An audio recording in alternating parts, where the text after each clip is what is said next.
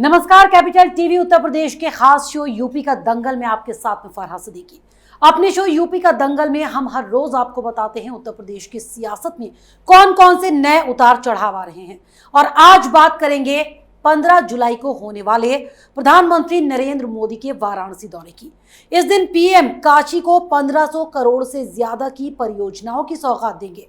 बात प्रियंका के लखनऊ दौरे की भी करेंगे, जिसके जरिए प्रियंका 16 जुलाई को लखनऊ पहुंचकर मिशन यूपी का आगाज करने जा रही हैं।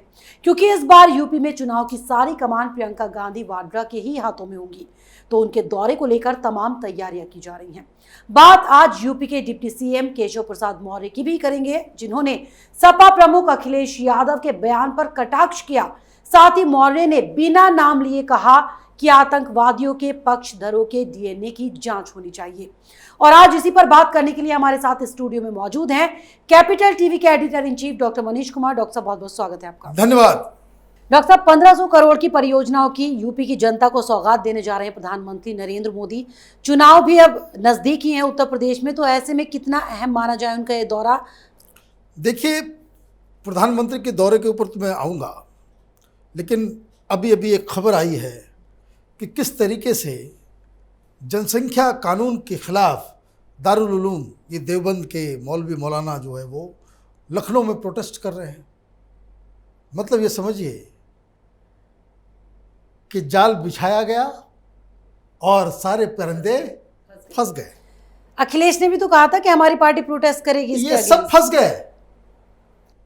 एक अच्छा कानून, एक ऐसा कानून जिसके ऊपर कोई कम्युनलिज्म का कोई चार्ज नहीं लग सकता, एक ऐसा कानून जिसमें जो कह सकते हैं कि रिलीजन न्यूट्रल है, एक ऐसा कानून जो कोई भी रैशनल थिंकिंग शख्स कहेगा कि इसकी ज़रूरत है, आपने दाना डाला और ये सारे लोग उसमें फंस गए। अब आगे आगे देखते जाइए क्या होता है। ये जितना विरोध होगा इस कानून का, जितना ज़्यादा प्रोटेस्ट होगा, जितने मौलवी मौलाना बाहर आएंगे, भारतीय जनता पार्टी का वोट कॉन्सोलिडेट होता चला जाएगा और ये जाल में ये सारे लोग फंस गए हैं। अब आगे देखिए इस पे जो डेवलपमेंट होगा हम आप बताएंगे, ज़रूर आगे बताएंगे। लेकिन आपने प्रधानमंत्री के वाराणसी दौरे की बात कही। लखनऊ एडमिनिस्ट्रेटिव कैपिटल है उत्तर प्रदेश का, वाराणसी कल्चरल कैपिटल है उत्तर प्रदेश का, और वो एक ऐसा शहर है कि जहां से पूरा पूर्वांचल नियंत्रित होता है। प्रधानमंत्री कोई ये राहुल गांधी नहीं है, बहुत दूर की गोटी बहुत कायदे से खेलते हैं। गुजरात में तो वो ऐसे ही जीत रहे थे, वाराणसी क्यों आए? यूपी में तो और भी बहुत सारे शहर हैं, कानपुर भी है, लखनऊ भी है, इनफैक्ट अलीगढ़ है, मेरठ है, वेस्टर्न यूपी क्यों नहीं? तो वाराणसी हिंदू माइंडसेट पे उसका एक अलग स्थान है। और वाराणसी में वो कर क्या रहे हैं? पूरे यूपी का कल्याण नहीं हो, लेकिन वाराणसी अगर चमक जाता है तो ये यकीन मानिए कि उसका मैसेज पूरे देश में जाता है। अब ये 1500 करोड़ की जो योजना है वाराणसी में, काशी विश्वनाथ का जो पूरा, जिसको कह सकते हैं कि वो तो जगह ही बदल गया है जी। बनारस के लोग कहते हैं कि भाई शहर जो है वो साफ साफ बदलाव होता क्या है? दो तरह के बदलाव होते हैं। एक ऐसा बदलाव होता है जो धीरे धीरे धीरे धीरे बदलाव होता है और लोगों को वो ये इतना पता नहीं चल पाता लोगों को, और चीजें बदल जाती है। जैसे घर में कोई बच्चा है जी, वो धीरे धीरे बड़ा होता जाता है, वो माँ बाप को पता नहीं लगता कि, लेकिन कुछ बदलाव ऐसे होते हैं कि जो अचानक 5 साल के बाद आपके बच्चे को देखता है तो अचानक बोलता है, अरे ये तो पूरा बदल गया। वाराणसी उत्तर प्रदेश के लोगों को वैसा ही इमेज दे रहा है कि मोदी के आने से वाराणसी बदल गया। अब तो बहुत कुछ बदलाव हो चुका, घाट से लेकर के सारा कुछ। अब 1500 करोड़ और पड़ रहा है, तो आप समझिए कि नजारा ही दूसरा होगा। तो मोदी दो काम कर रहे हैं। एक, अपनी इसको कह सकते हैं छाप इस कल्चरल एंशियंट सिटी के ऊपर कि आने वाले कई सौ सालों तक लोग मोदी को याद रखेंगे। जब भी कोई बनारसी जाएगा वो कहेगा कि देखो पहले बनारस ऐसा हुआ करता था, प्रधानमंत्री मोदी ने इसको बदल दिया। और ये जो मैसेज होता है वो उस पार्टी के लिए, उस नेता के लिए, वो सीधे सीधे एक विश्वास में कन्वर्ट हो जाता है।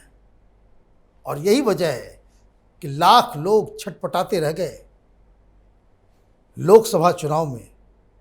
सारे एनालिस्ट, ये सारे जो दिल्ली में बैठे पॉलिटिकल पंडित हैं ल्यूटियन गैंग के, सब लोग यही कहते थे कि पिछली बार तो यूपी में फ्लुक था, इस बार तो सीटें इतनी नहीं आएंगी जितना 2014 में आई।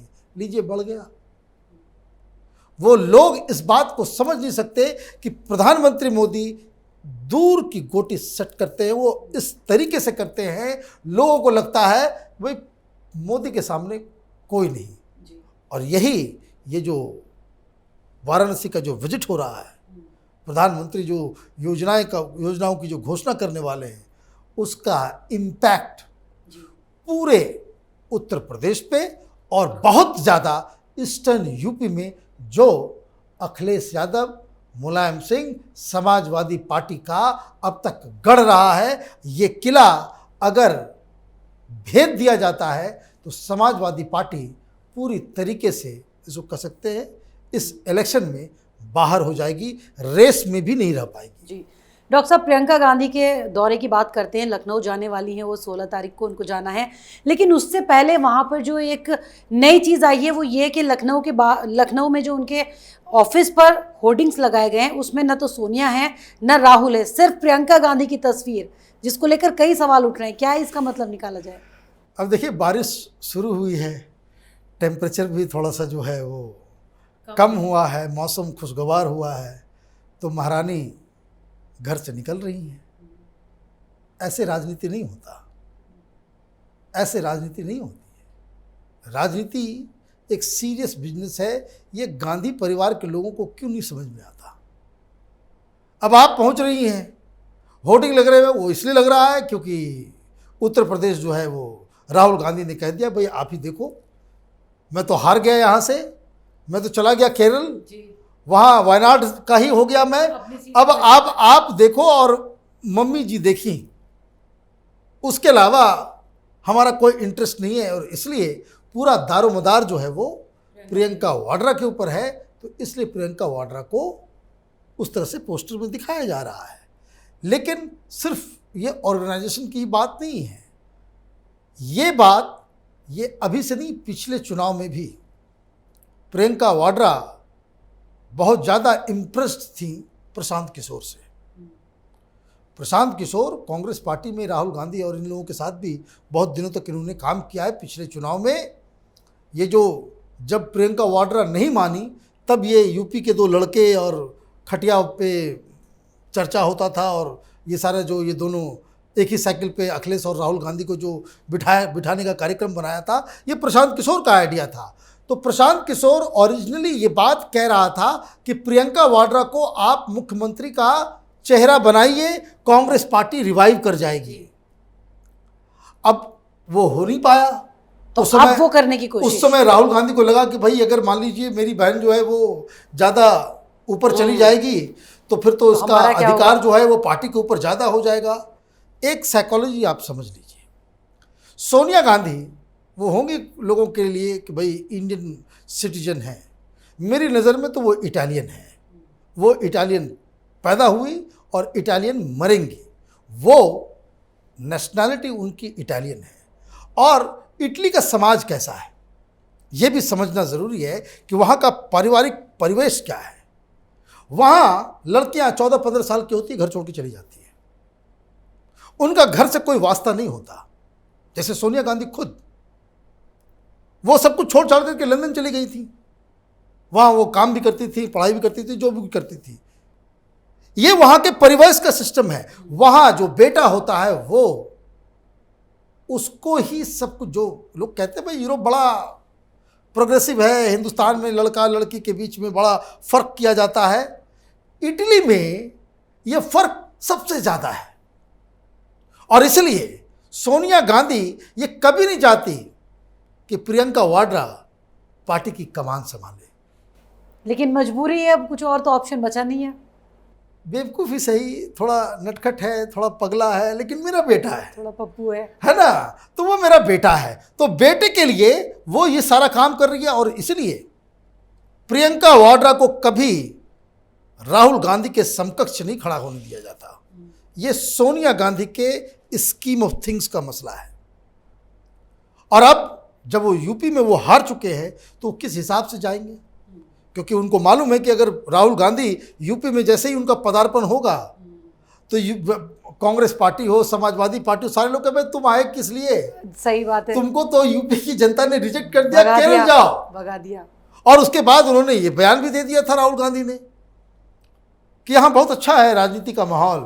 वो नॉर्थ इंडिया के लोग जो है बड़े दूसरे किस्म के होते हैं, गंदे होते हैं, ये इस तरह का बयान वो दे चुके हैं। तो इसलिए प्रियंका वाड्रा को इस बार तैयार किया जा रहा है और जो स्ट्रेटजी अब तक की थी वही फॉर्मूला प्रशांत किशोर का कि प्रियंका वाड्रा को मुख्यमंत्री का चेहरा बनाया जाए, तब कांग्रेस पार्टी वहाँ पे रिवाइव कर सकती है, अदरवाइज नहीं कर सकती। अब ये तो प्रियंका वाड्रा को तय करना है कि भाई आप देखिए, दिक्कत ये है कि किसी ने समझा दिया था पिछली लोकसभा में कि आप सीधे लड़ जाओ मोदी से बनारस में, ये खबर आई थी और उसके मुंह से प्रियंका वाड्रा ने ये कह भी दिया था जी कि अगर डिसाइड कर लिया जाए तो मैं लड़ने को तैयार हूं। हाँ। फौरन इसके जो समर्थक थे, इनके जो एडवाइजर्स थे, वो बोले कहा अगर आप चुनाव लड़ती हैं और भगाया गया, फिर आपके साथ ही नहीं, अगर आप पहले ही चुनाव लड़ती हैं और हार जाती हैं तो फिर तो आप कभी भी उसके सामने स्टैंड नहीं कर पाएंगे। अभी जो माहौल है यूपी में और जिस तरह से योगी जी का परचम लहरा रहा है, प्रियंका वाड्रा के समर्थक यही कहेंगे कि ये समय ऐसा है कि किसी दूसरे को चेहरा बना दो और खुद कच्ची गली से जो है इससे यहाँ से निकल जाओ। और इसलिए ये विलंब हो रहा है। तो खैर, जो उत्तर प्रदेश में जो बचे खुचे कांग्रेसी हैं उनको उत्सव मनाना चाहिए कि उनकी पार्टी का सीईओ जो है उत्तर प्रदेश में वो आ रही हैं और उनका जो है वो काम चल रहा है। डॉक्टर साहब, इस वक्त उत्तर प्रदेश में एक बहुत अहम मसला चल रहा है। एटीएस जिस तरह से ताबड़तोड़ कार्रवाई कर रही है, खासतौर से आतंकियों पर, विपक्ष उसको लेकर भी सरकार पर, यूपी पुलिस पर लगातार सवाल उठा रही है। पहले अखिलेश कूदे, फिर मायावती, लेकिन केशव प्रसाद मौर्य का एक बड़ा बयान इस पर सामने आ गया कि जो आतंकवादियों का एक तरह से पक्ष कर रहे हैं, पक्षधर उनके हैं, उनके डीएनए की जांच होनी चाहिए। देखिए, इस तरह के बयान जो है बहुत ही हल्के फुल्के अंदाज में डिप्टी चीफ मिनिस्टर है, उनको रिस्पॉन्सिबिलिटी समझ में आनी चाहिए। यह चीज़ में डीएनए निकालना, ये निकालना, आप भाई एक एडमिनिस्ट्रेटिव आदमी हो, आपको सीधे सीधे ये बात कहनी चाहिए कि भाई हम इन्वेस्टिगेशन कर रहे हैं, एक बहुत बड़ा खतरा यूपी नहीं पूरे देश के ऊपर मंडरा रहा है। कानपुर से 4 लोगों की गिरफ्तारी हुई है, मालूम चल रहा है कि पैसा जो है वहाँ से उसको मिल रहा था। यह भी मालूम चल रहा है कि ये सारा कुछ जो है वो कश्मीर से लिंक्ड अप है और कश्मीर वाला जो शख्स है वो पेशावर से लिंक्ड अप है। पूरा डिजिटल फुटप्रिंट्स निकल रहे हैं। आपको राजनीतिक मतलब ये दोनों ही साइड में ये लागू होता है। ऐसा नहीं कि ये नेशनल सिक्योरिटी का मसला है, डीएनए टेस्ट करवाएंगे। भाई क्यों डीएनए टेस्ट करवाओगे? ये तमाशा, ये इतना बड़ा ये सीरियस इशू है। फॉर गॉड सेक इस पर राजनीति मत करो, चाहे वो भारतीय जनता पार्टी हो, चाहे वो समाजवादी पार्टी हो।